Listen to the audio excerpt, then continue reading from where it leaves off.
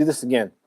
So in this video, we're going to talk about a geopolitical Christian force. What does Christian domination of the world look like, and why is it going to last 1,000 years? This is something that humanity has been working on for a while, and I'm using the term Christian, geopolitical Christian, because it best describes the system that I'm talking about. But that's basically what I'm talking about. Okay. So I was going to talk about what does it mean to be a geopolitical Christian. We're not going to talk about that today because I already made a video on that, and I will be posting this video. So, but in this one, I'm going to be talking about what the world looks like with a Christian geopolitical dominate force, or dominating force is geopolitical and Christian. And again, when I say Christian, I'm going to just shell this out. I'm not talking about religious Christians, and we're not talking about spiritual Christians, because religious Christians are insular. They have group dynamics that allow them to maintain a structure, and that is fine. With geopolitical Christianity, it's a little bit more open structured, but it is still structured. It is still boundaried. So anyway, I'm going to look at my notes to stay on point and to stay focused. Yeah, something like that. Okay. All right. Also, I'm going to talk about what is righteousness in the system, but we'll get to that in a minute. So there are 4 pillars of geopolitical Christianity. And these are big words to put on your big boy and big girl pants, because the tiny minds pop in and pop out. It hurts their brains. They can't take it. We're going into a better age with more supreme people and more superior people. But anyway, moral objectivism is the first pillar. Moral objectivism just means that it's grounded in an ethics that is universally verifiable. And we can all universally say that it's a bad idea to put your hand in the fire and just leave it there without any protection. That's morality. Morality has to be based on something where the individual, the human, is the end goal. Not a magical sky phantom, not a fairy tale, and not a club of sycophantic idiots that just wants to make you fit into their system or fit into their structure. Okay, so that's moral objectivism. Moral objectivism is something that you see in civilized societies, and at this point, humans are not civilized yet. Humans aren't fully civilized yet, but with a Christian GPC, they have the ability to do that. And the next pillar is educated intrinsic virtue. 19 people watching. That's great. Let me know if you're a religious Christian or a geopolitical Christian, and if you see Christianity as the next step in our evolution as a species. I'm just going over what a world dominated by Christianity looks like in the future. I'm predicting that we're going into a golden age, and if you agree, let me know. If you disagree, let me know. Why do you disagree? I'd love to know that, because I want to update my ideas. I could be wrong. I could be right. I tend to be good on these things, but we'll see. So if you guys are there, let me know what you think. Do you think Christians can run the planet exclusively? Can they exclusively run the planet and do so effectively? Let me know in the comment section below. So for a civilized geopolitical Christian, you have to have an inner sense of virtue. You can't rely on a church or something. Okay, we got somebody. Christ creations, we are living in the last days. You definitely are Christ creations, the last days of religious Christianity and the last days of all the lesser religions. And I say lesser religions with humility, because I was in all the other religions.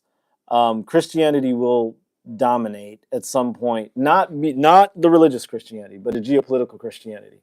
And the way that we know that is to just look at the Protestant Christian countries. They draw the greatest number of immigrants, hands down, because they have the highest number of objective positives for human life. And I wasn't a Christian for a long time. I was actually a Luciferian for like 11 years. And I slowly came back to lots of research and all of that. Let's see, who else? M. Good. I'm going to say I'm good or M. Good. Why isn't there more yet to like? Why isn't there more YouTube like me? Thank you so much, M. Good. Because we're just entering the golden age, and golden age mindset is a new thing for humans. Humans have been bred for stupidity, for savagery, for slavery, and for sycophantic suffering. But that's changing. And the YouTube like mine is about helping you to create your golden age. It's not a golden age. Let me know if I'm saying this right. I'm good or am God. It's not a golden age if you're suffering. For you, it's hell. Everybody in the world, that's why American Protestantism matters so much, because of the capitalist manifestos and all these things that drive our nation. It's that you as an individual matter. You as an individual matter. And that's the whole basis behind Christianity. Real Christianity, not the BS Christianity that you see in the world. Real Christianity is about a personal relationship with God through Jesus Christ. And that does not mean I go to a building with a bunch of knuckleheads and do this with my hands and go, Jesus, Jesus, Jesus. No, that's what heathens do. The Bible says that. Vain repetitions. Jesus is about connecting us with the source of life. He is the interface. And God, the Father, you might want to call it that, is the source code. And the Holy Spirit is your inner genius that guides you through this thing we call life. So thank you for joining. Thank you for your comments. Come back to Christ. Jesus loves you. I'm already with Christ, brother. I never left Christ, and then Christ never forsook me or left me. So, but we are going into a golden age, and the return of Christ is about a recognizing an objective moral sense, having an internal sense of virtue, and overcoming the idea that we're alone in the world. We are connected, we are a brotherhood, and we are unstoppable. We also have to develop a rational self-interest, and that's really key.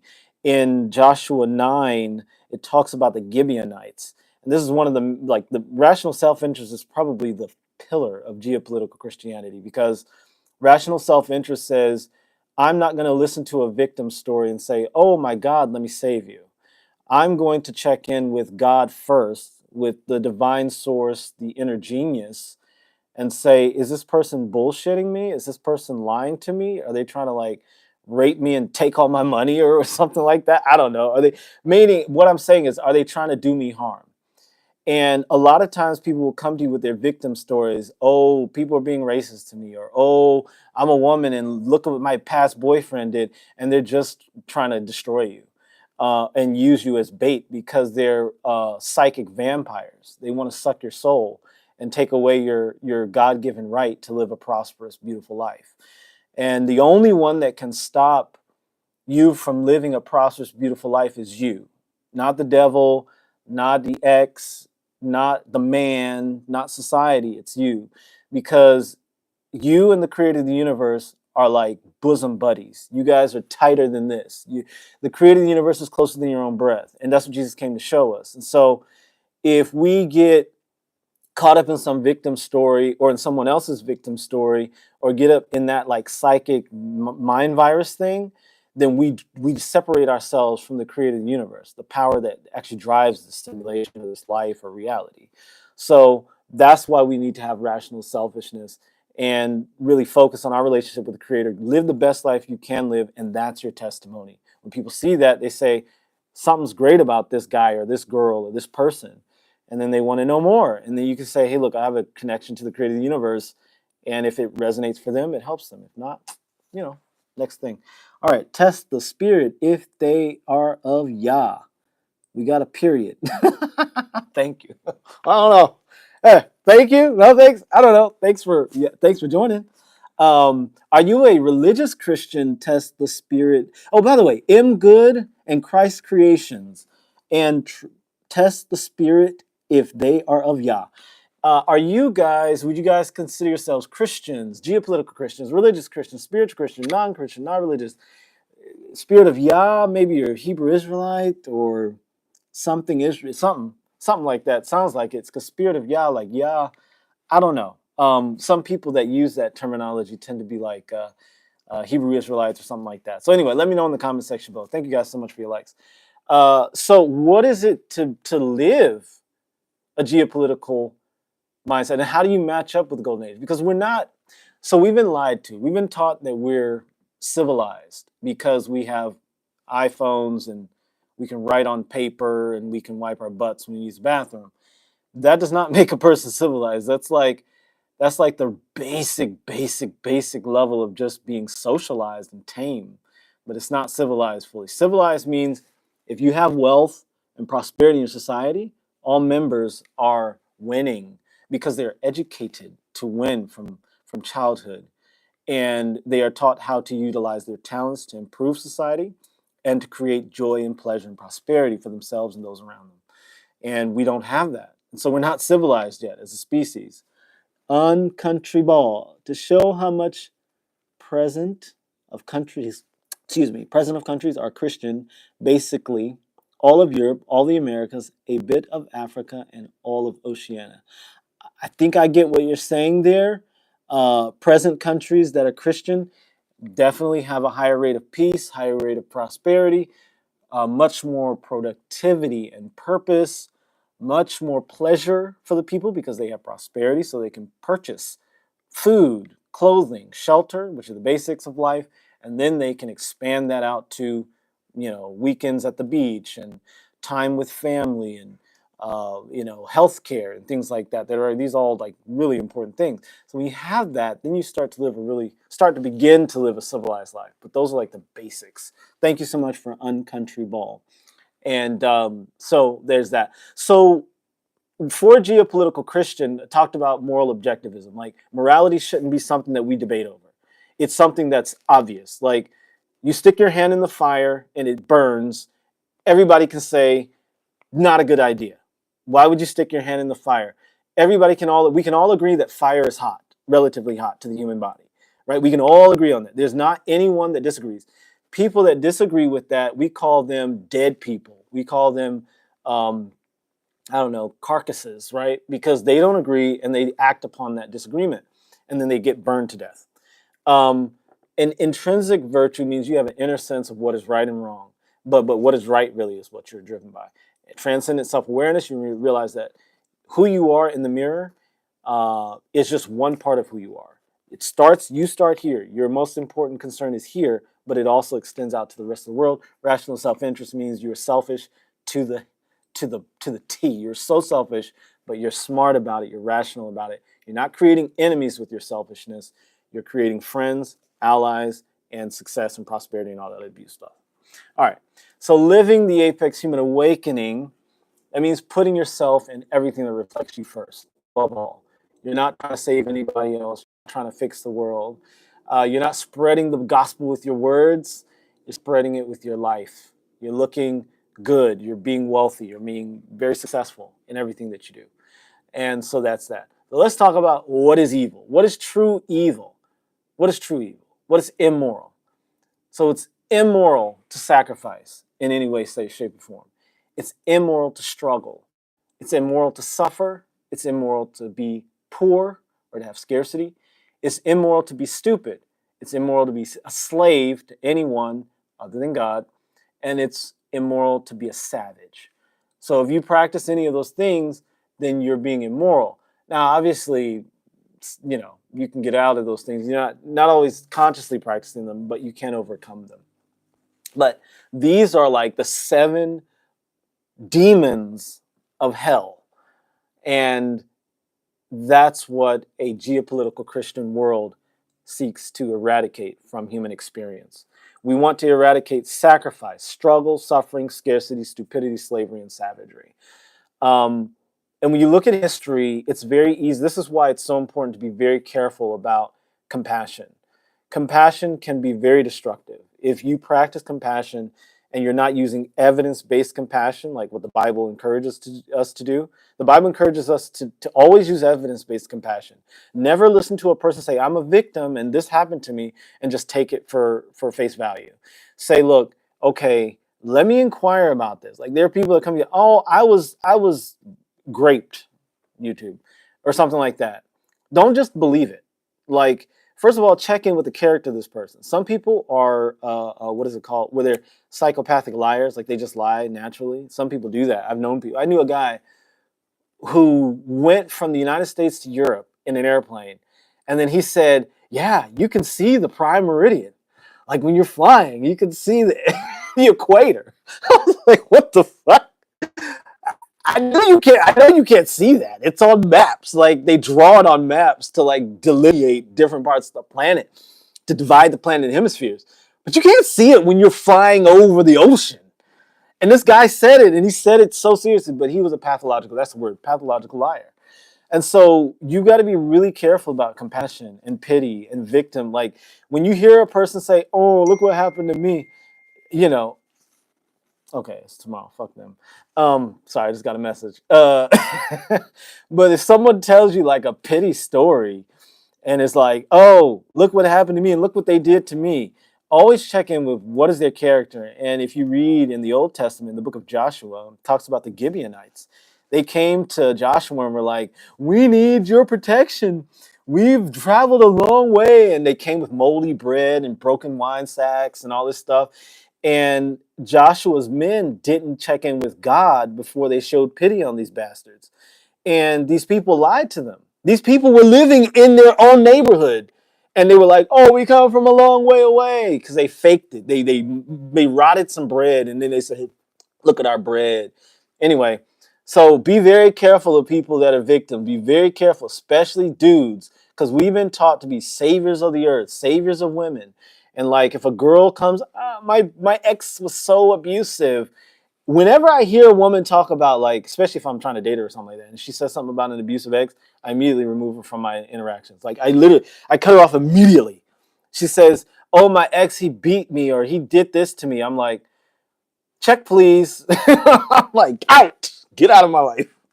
Because, you know, how do I know she's not going to tell the same story about me? And what if it never happened? So I don't deal with people like that that are victims and suffering. And I got to get to the comments. There's a lot of comments here. Okay. Drop some baby oil in the chat, please. All right, P. Diddy. P. Diddy. Your country name, please. Country name? Country name. Samrat Shankar. Please not keep cat. Please not bore me. Bay. All right. I don't know. Actually, I can't help you. Um, guys, use Grammarly, please, when you're writing these things, because I don't know what you're saying, and I'm not going to assume anything. I think that we're in an age in which stupidity is a pandemic, and I'm not saying that this person Samrat is stupid. I'm just saying I've noticed that we don't have a lot of intelligent content, and I think that we have. I don't. I mean, this is a joke, but I'm also kind of serious. I think there are a lot of people that aren't people. I think they're like this curtain here. This curtain is inanimate. At least we consider it inanimate. I think there are a lot of people that are like that curtain. They don't have souls. There's nothing in there. The lights are on, but nobody's home. And that's where it goes to geopolitical Christianity. It's about the indwelling Christ. It's about the Holy Spirit that dwells within you. The Holy Spirit is what separates you from the rock. I mean, obviously, God's essence is in everything. But, you know, there's some people that is literally have the soul of a fucking pebble. They don't have a soul. So I'm not saying anybody in this chat is. Thank you guys for watching. God bless you guys. But I'm saying I've noticed that just like it just seems like I know a lot of these things are bots, but I think there are a lot of people that just don't have souls. And it's okay. They'll be wiped out eventually, but I'm not going to do it. But God and nature and life will get rid of them. Anyway, so getting back to it. That was harsh. No, it's just life. So, but think about it this way, and this is something that you may not know. Hopefully, this is interesting to you. One person who stayed, thank you for staying. God bless you. So, I've been reading some of the oldest texts. I went to Peru and got some really, really, really old books that are written in like the 1500s, literally 1550s. And there's a 1560s, and there's a story by a guy whose grandfather was an Inca. He was actually one of the rulers of the Quechua people that they mistakenly call Quechua, but the Quechua people that built Sacsayhuaman, all these great, Machu Picchu, all these places. And he was saying that before the Inca arrived, because the Inca was the king, he was the son of God, basically. He was a Jesus to the people. Before that system of leadership arrived, people were so savage they would eat their own children. They would eat each other, they would eat their children, they would worship frogs. And then the Inca came and made death penalties for all that stuff and civilized the people. They helped the South American natives to be more civilized. And this was thousands of years ago. And then after the Inca came and did their thing, the Spanish came because the Inca did their job to get the people of South America civilized. And then they went into decline because they became, too rich and nothing wrong with being rich. Be rich as you can be, have more money than you could ever imagine. But they became like too soft, like a lot of America got. before Trump's election. And when all the people got weak, the Spanish showed up and fucking obliterated the Quechua, the Aymara, all the native people in South America. Pretty much took over, put Catholicism in place, and returned. Oh my fucking god. Okay. These people are trying to contact me for some stupid meeting I don't want to go to. It's my accountants. So anyway, the Inca were basically able to civilize like the real savages that were worshiping frogs and eating their own children and all of that stuff. And this is what the Inca, like the Quechua people, passed on. They were like, yeah, in the past, our ancestors were fucking eating their own kids, and they were savages. They were actually savages. And the Inca came in, civilized us, taught us to pray to God, how to cultivate crops, how to build cities, how to do all these things that are very advanced and civilized. And then the Inca got messed up because they became apostate, and the Spanish came and just destroyed them and took everything they had. And it's just kind of how it is. So a lot of people would say, oh, the poor natives of the Americas and all these parts of the world, they were innocent victims. And I would say no. I would say whenever you deviate from what God has for you, you're going to suffer, and you're going to be stupid, and you're going to sacrifice, and you're going to experience scarcity and slavery and savagery. Those are the 7 lords of hell. You're going to experience those things because you've departed from what God wants you to do. And I don't think that you should treat those people bad that are in those situations, but definitely don't pity them. Help if you can, but if you can't, just keep it moving. Keep making your life great. Like, I noticed that there's a lot of this whole concept of white guilt. Like, oh, my ancestors were enslaving innocent Africans and innocent American Indians and innocent people in Asia and the South Pacific. And it's like, they weren't innocent. I know that for a fact. I'm a descendant in a lot of these people. And we had prophets, and we knew God, and we knew that these people were going to come from Europe with a Bible. And we were told, this is just from what I've read and what I've heard. We were told, when these people come from Europe with the Bible, take the Bible and ignore everything else. Don't take their fire water. Don't take their guns. Don't take any of that stuff. But take their Bible. Take their spirituality. Take the geopolitical Christianity, because that's what you need. You don't need all the other bullshit that comes with it. And some of my ancestors took the Bible and were smart about it and incorporated that into their traditional beliefs, and some didn't. And the ones that didn't, well, guess what? They don't exist anymore. The survival of the smartest. Okay. Good. I think you used Chat GPT, or you used something. It looks like you're sending instructions back. If I'm correct, the Bible talks about a few countries like Ethiopia. Yeah, Ethiopia was civilized. It was a Jewish stronghold from about the time that priest Zadok went there. Thank you, by the way. You and Country Ball. No, you've always had it. I think you always had to do. Somebody else has some weird answer. Yeah, Ethiopia was always civilized. Because that was one like Mauryan stronghold, whatever. The Jews went there. It was Israel. I think it was Jews. Yeah, it was Jews under priest Zadok. I think they were Jews at that time. I have to look. It's in the Old Testament. I think it was the Book of Kings. So no, they were Israelites. That was Israelites. So it was a priest. Some priest from the Israelites went there. So it was the time of David. So that's Israel. Yeah. So it was Israelites. Israelites went to Ethiopia during the time of priest Zadok. Zadok. Zadok. Look it up. And he started a branch of not Judaism, because Judaism didn't exist until like 2nd century before Christ. But he basically had a group of priests go down there, and they intermarried with the people there in Ethiopia. And as a result, the Falasha were the result of that. And Ethiopia at the time was Uganda and what's modern day, up from Uganda to Somalia and Kenya. And well, Uganda, actually to Sudan, from Uganda to Sudan. So that encompassed the Horn of Africa, Uganda, Kenya, and all of that, Sudan. That was at that time. You can look it up. By the way, look up the priest Zadok, Zadok.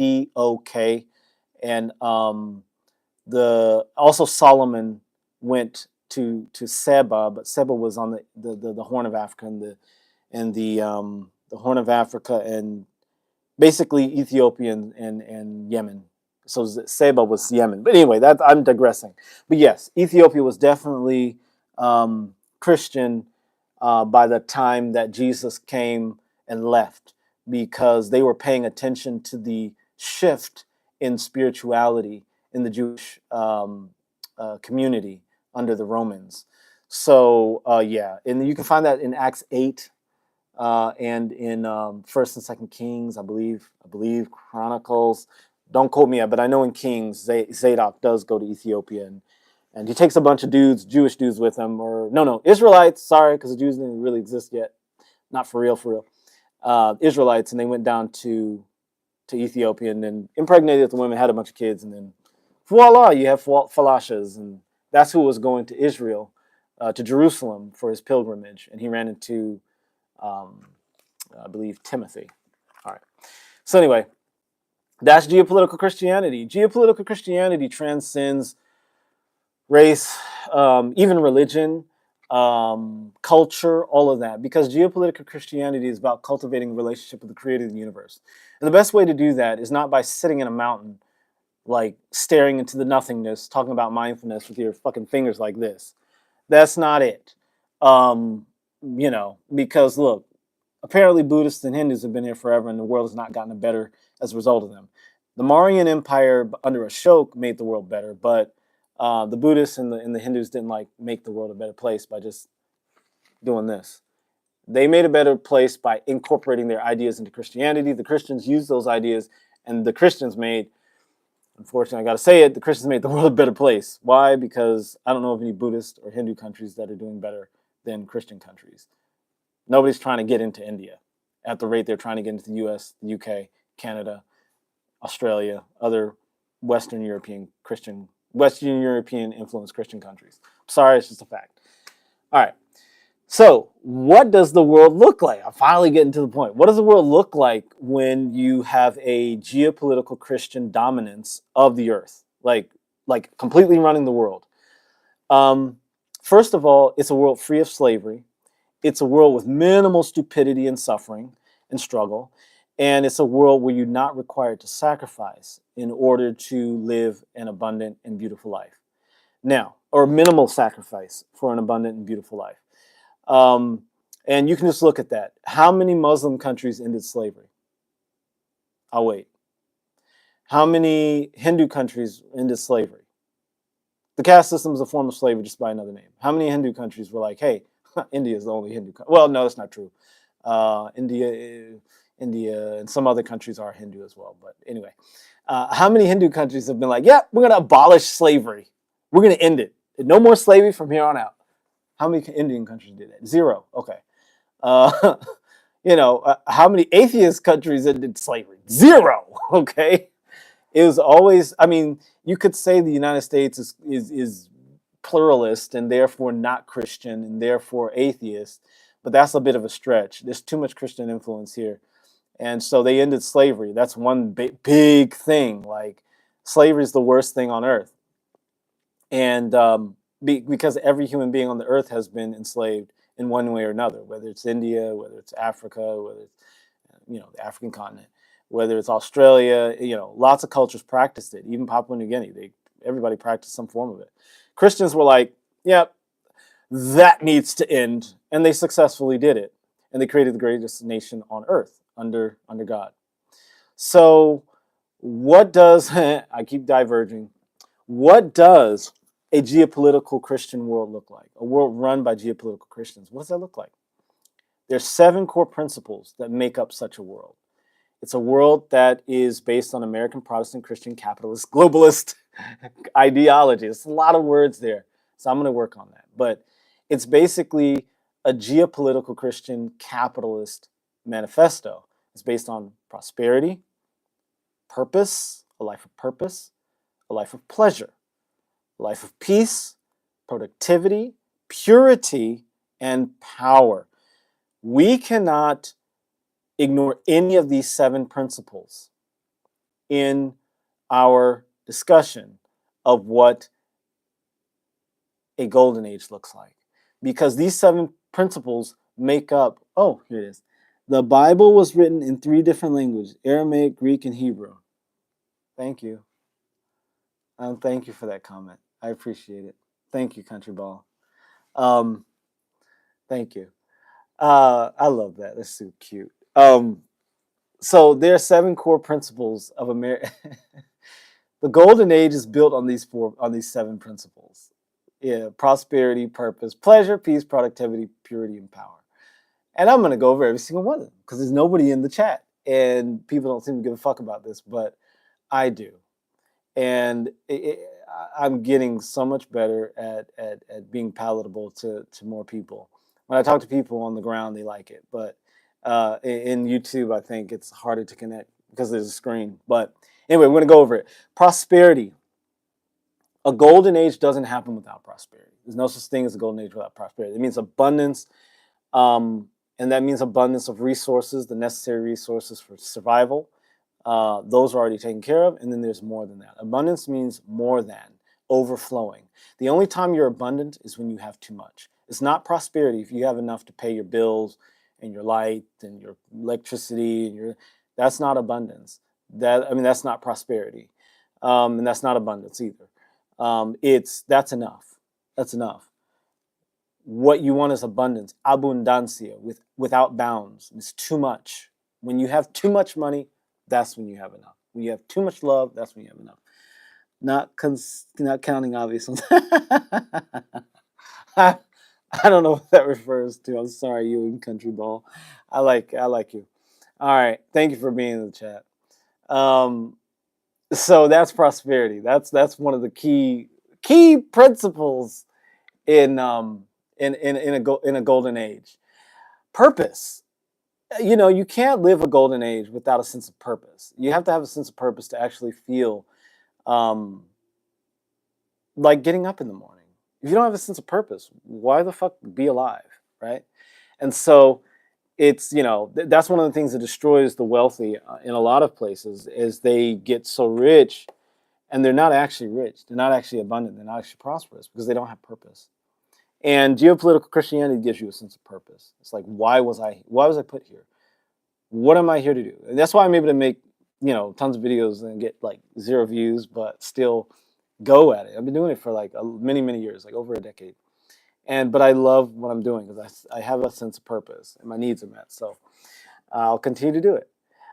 Pleasure. It's not a human life without pleasure. If you don't have pleasure in your life, you're just a fucking, I don't know, boar or rat or ant or something. You're just a worm. You're just a useless worm, a lifeless, soulless worm if you don't have pleasure. There is a kind of a saturation point with pleasure, though. If you have too much pleasure, then pleasure becomes unpleasurable. It actually becomes painful. And, you can take that whatever way you want to take it. All right. So productivity, pleasure. Pleasure. Okay, and peace. You can have prosperity, you can have purpose, you can have pleasure, but if you're constantly running and just suffering and blowing things up and things like that, you're not suffering if you're in pleasure. But if things are like just chaotic and you're constantly chasing, you don't have peace. Again, that's not a golden age. Productivity. We can be pleasurable, we can be peaceful, we can be purposeful and prosperous. But if we're not productive, we're not like moving, if we don't have a goal set in mind and we're moving somewhere, it's not a golden age. And the last 2 are purity and power. Purity is important. The sanctity of femininity, the sanctity of masculinity, the sanctity of children and the family. This is integral to a golden age. And I've seen this sort of a golden age. And I know that the Thule Society was aiming for something like this. And they were trying. They failed miserably because they went psycho and became the Third Reich, unfortunately. They became the Nazi Party. But they were aiming for this. The Thule Society was actually aiming for a pure, better world. And they would have accomplished it if they had just thought right. And there we go. Like nature finds a way of cleansing the earth of ideas and approaches that are disharmonious. And of course, the Thule Society went into the shitter. Like English. No country, obvious ones like English. There are around 40 or 50 Muslims. Okay. Yeah, there are 40 or 50 Muslim countries. And there's some really great Muslim countries. Saudi Arabia is amazing. Dubai is awesome. Egypt is pretty good. The issue is Dubai and Saudi Arabia, extremely safe, extremely safe. The problem is that um, it's the mobility, the freedom, the pleasure. I mean, there's pleasure there too. If you have money, like you can get whatever you want. Of course, within reason, right? You have to be careful. But it's extremely safe, and they're great places to live. If you want to raise a family, very conservative. The problem is about freedom, like the freedom to express oneself. You got to do it harmoniously. And I understand, they put a lot of um, kind of limitations on people, and I understand and respect their limitations. I actually think that what they're doing in Saudi Arabia and Dubai and UAE and some of the other Arab countries that are doing really well, like New Cairo in Egypt, I think is going to be so awesome. I just went through there this year, and I think it's going to be great. But I don't see people flocking to those countries in droves like they do to the Western Christian countries, and that says something about their success rate. Humans are going to go where they feel they have the greatest opportunity for prosperity, for peace, for purpose, for pleasure, for power, for all those things. And the United States and the Western countries are what you find give people that. So the last thing is power. We have to master self and circumstances, and that's what power is about. Um, a golden age does not happen if you do not have power. If you are living in a prosperous, pure, productive, peaceful, pleasure, purposeful world, uh, but you don't have the power to protect your borders, you don't have the power to keep out invaders who are going to come across your borders and change your policies, change your culture, change your stuff, then you know you're going to have to you're going to be destroyed. You're going to be destroyed. You're going to be overrun. You're going to be wiped out. And so power is very important. Like, I don't think the Western nations should ever disarm their nuclear arsenals. I think they should continue to develop weapons of mass destruction. I mean, I know I'd hate it, but I mean, you always have to be 10 steps ahead of your competition, and always keep your enemies as close as possible and keep them allies. I know of nukes that I learned about 20 years ago. They're not nukes, but I won't talk about this because there'll be international people watching, so I don't know if I get in trouble for it. All I can say is, like, the U.S. is on a whole nother level. And we've been on a whole level. We need to stay there. We don't need to, okay, let's play nice. Let's get rid of our nukes. No, and these aren't nukes. These are better than nukes. These are bigger than nukes. These are a whole nother level, whole nother class of weaponry.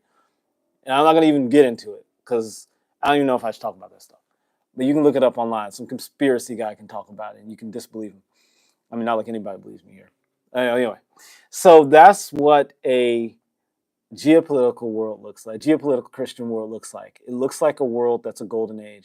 And Christians, the Protestant Christians have the best success rate at ruling the world, dominating the world.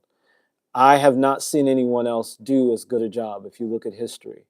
The Muslims were really close. The 7th through 11th century Muslims, like the Moors that left, that entered Europe through Morocco and Tunisia and all that stuff, like through Italy and Sicily. They moved up from the southern Mediterranean into northern Mediterranean. The Ottoman Empire, basically. That Turkey went over, they went west, and then, all the different Muslims, they were very close. They were as close as you could possibly get. But the Christians crawled out of their caves in Europe, and that's a joke. It's racist. I know it's not right to say that. But crawled out of their caves in Europe, and they, but this was true. Like, the Black Death was awful, and so people were, suffering. But anyway, they were able to pull themselves up by their own bootstraps and create global powers that were so superior to the Muslim world. They shot ahead by leaps and bounds, but that's because they learned from the Muslim world. The United States would not be as prosperous as it is if it weren't for Islam. And I mean that, like 1789 Islam. So look up the Treaty of Tripoli on the Yale University website, yale.edu, and you can find the Treaty of Tripoli, the first treaty ever signed in 1789 by the United States. And Muslims were involved with that. the Islamic Caliphate, I think, whatever, in Morocco, the leadership there was involved with that. And so that made Christianity in America better than Christianity in Europe, because the Christians here learned from those Muslims. They were taught by those Muslims. The Masons, the Freemasons here, they were taught by the Moorish Muslims. And they were taught, they learned basically how to govern in a different way than they were being governed in Europe. There was a lot of communication happening and learning and observations that were happening. And that's what made this country the best country on earth. From the beginning, it's always been an eclectic journey of multiple people working together to create something that really, really, really worked.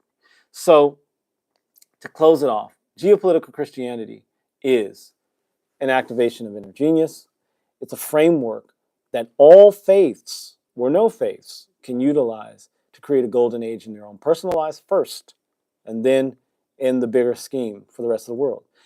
We have to make our lives perfect. We have to make our lives exceptional. We have to make our resources, you have to have too much resources before you can even consider helping anyone else. You have to have the best life, the best health, the best relationships, the best money, the best everything. And you have to have it for long enough to where you feel comfortable giving it away and feeling good about it. A lot of times we've been taught to give it away too quickly. We've been taught to help people too early. And what happens is we end up hurting ourselves and we end up losing out in the end. So as a geopolitical Christian speaking through here, I think the religious Christians are our allies. They're very important. Spiritual Christians are very important as well. And as we move into a global framework, I think it'll be important for us to continue to be wealthy, prosperous, successful, powerful, and continue to strive for dominance in the world.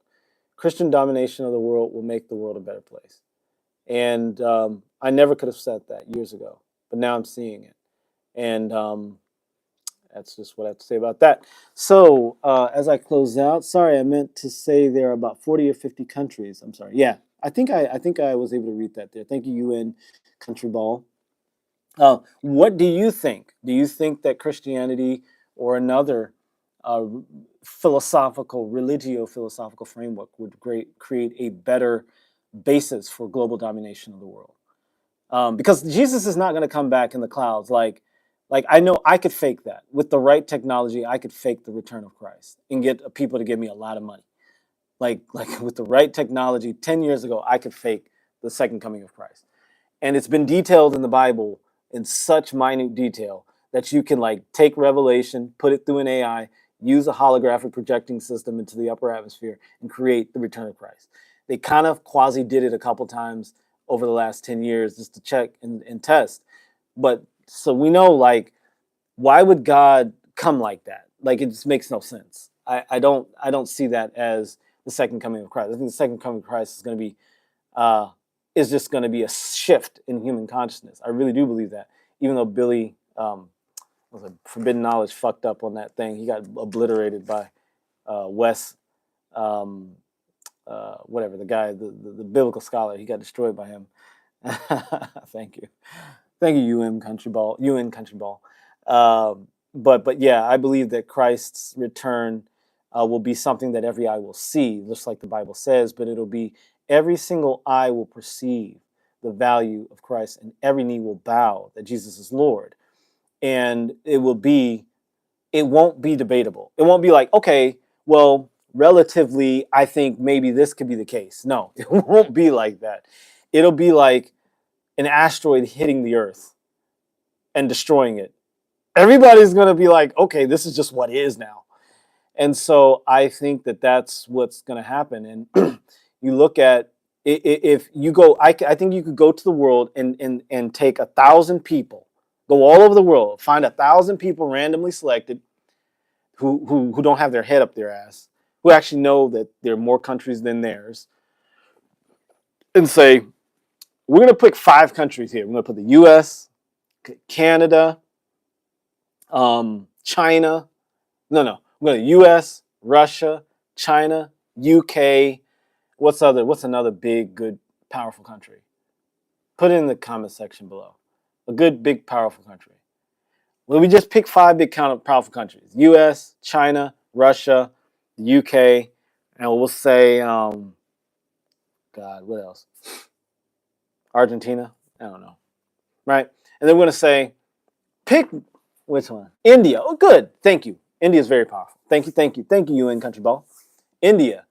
So we got the US, we got China, India, Russia, and the UK. Out of those 5 countries, you're going to give 1,000 people, I think 995 of them are going to pick the US. You get to pick a citizenship. They're going to pick the US. And what will come next? Probably the UK, and then probably Russia, maybe China or Russia or India. Actually, no, India, then like maybe Russia, then China. I don't know. Maybe China, then Russia. I don't know. But I think India would be in the middle. I think India would. Australia, yeah, Australia. France. Oh, you're right, France. But France is so goddamn. I don't know, man. I love the idea of France. I love the idea of France, but I don't think France is doing it. I think the French. I think the golden age for France came and went about a century or two ago. I think after Napoleon, France was gone. I don't think France had anything after Napoleon. They were gone. Yeah, yeah. But and Australia kind of had it, but Australia's been taking away the freedoms of their people, man. Brazil's pretty damn good, but the poverty there is awful. That's the thing. Is like Brazil, the crime rate and the poverty is just like unacceptable. It's known for like being really corrupt and having awful poverty. The favelas, like it's just awful, awful. So I mean, I like Brazil. I like Australia. I love India. I think France is cool. I think all these places are great. But I'm saying like if you had a chance and these countries were put on a lineup, I think the vast majority of people who know anything about geopolitical stuff would come to the United States. Why? Because the individual is protected by the Constitution and by our republic, and that's what we almost lost in this last election. We almost lost that. We almost lost it completely. We almost became a quasi dictatorship very closely. And I know everybody thinks Donald Trump's a dictator. He's not. He's a businessman, and he's on the spectrum. I'm going to say it. I'll be the first to say it. He's on the spectrum. He's got Asperger's, which I think makes him a great leader. I think he's an exceptional president because he's going to be focused. He's going to do what he's got to do. I love him. So anyway, that's all I got to say about that. I think I've definitely exhausted this topic, but I will post this video because I feel like I was a little more successful. Thank you so much, you and Country Ball. God bless you. God bless you. I want to send you 3 God bless yous. God bless you. God bless you. God bless you. Yeah. I mean, hey, look, I love him. I'm so blessed that I was born in America. Born in America. And I'm glad I stayed in America. I wouldn't leave this country for anything. I'm native to this place, and my parents and grandparents and great-grandparents and great-great-great-grandparents and great-great all the way back to Egypt. I on my grandfather's side is like Egypt or whatever, but he's mixed. But the last name is from Egypt, so at least that's the story I'm telling, and that's the one I'm sticking to. That's the story I was told as a kid. So there's some evidence that was from other places, but no, Egypt. And then my mom's people are a mix of native and Malian and all that other stuff. So yeah, I think that's all I got to say about that. Thank you so much for sticking around, you and Country Ball. God bless you. God bless you. God bless you. And everybody else that stayed before I click this off, could you give me some likes? I'd appreciate it. If not, that's fine. I'm going to close out in I'll close out in 1 minute. I'll take it to 50 minutes. 50 minutes. I'll just sit here and stare and look beautiful. Wink, wink. All right. I'll make another video. I like making these videos.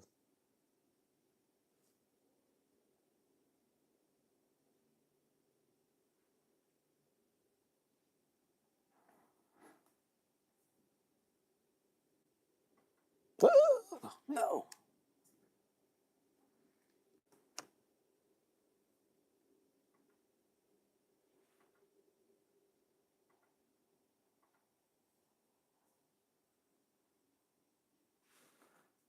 All right, we're almost at 50 minutes.